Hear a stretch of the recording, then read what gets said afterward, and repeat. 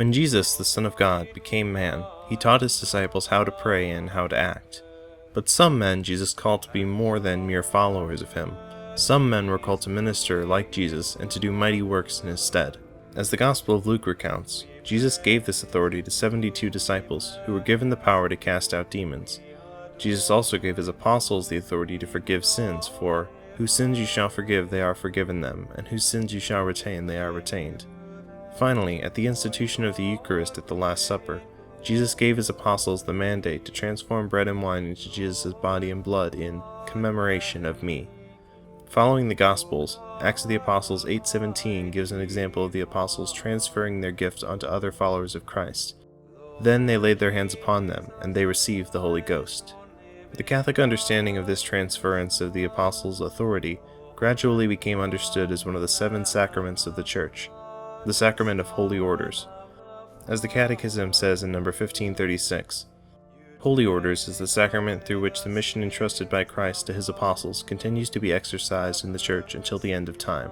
The sacrament of holy orders comes in 3 degrees, as 1537 to 1538 says. The liturgy speaks of Ordo Episcoporum, the Ordo Presbyterorum, the Ordo Diaconorum. Integration into one of these bodies in the Church was accomplished by a rite called Ordinatio, a religious and liturgical act which was a consecration, a blessing, or a sacrament. Today the word ordination is reserved for the sacramental act which integrates a man into the order. The Ordo Episcoporum corresponds to the office of the bishops, the Ordo Presbyterorum refers to the priests, and the Ordo Diaconorum means the rule of the deacon. Through the power of the bishops and holy orders, new bishops, priests, or deacons are consecrated and join the ranks of Christ's ministers. The different degrees of holy orders have different ascending rules. The episcopal ordination of the bishop contains the fullness of the sacrament of holy orders. Bishops can confer holy orders, witness marriages, celebrate the Mass, and transubstantiate the Eucharist, as well as exercise special authority over their diocese. The priests serve under the bishops in their own parish, and deacons assist the priests and the bishops, though deacons do not possess priesthood themselves. A priest is raised to the level of bishop under special circumstances. The character and collegial nature of the episcopal order are evidenced among other ways by the Church's ancient practice, which calls for several bishops to participate in the consecration of a new bishop. In our day, the lawful ordination of a bishop requires a special intervention of the Bishop of Rome, because he is the supreme visible bond of the communion of the particular churches in the one Church and the guarantor of their freedom. The validly ordained bishop is also part of Apostolic Succession, the joint international commission for theological dialogue between the Roman Catholic Church and the Orthodox Church writes, "The same unique mystery of Christ and his apostles remains in action in history. Once ordained, the bishop becomes in his church the guarantor of apostolicity, the one who represents it within the communion of churches, its link with the other churches. This is why in his church every Eucharist can only be celebrated in truth if presided over by him or a presbyter, a priest, in communion with him. Mention of him in the Eucharistic prayer is essential. Attachment to the Apostolic Communion joins together all the bishops."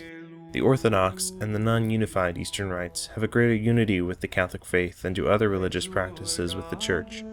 As the International Theological Commission wrote, in spite of a difference in their appreciation of the office of Peter, the Catholic Church, the Orthodox Church, and the other churches have retained the reality of apostolic succession.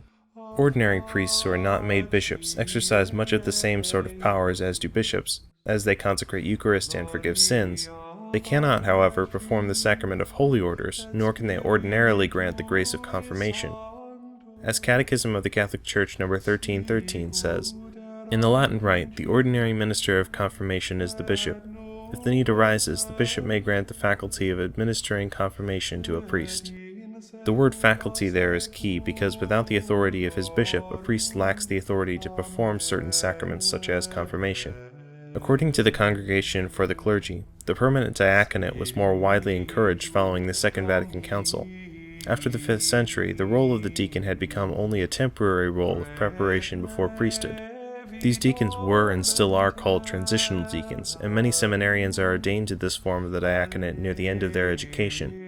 Men can also simply remain deacons, and married men can also be given this rank of holy orders.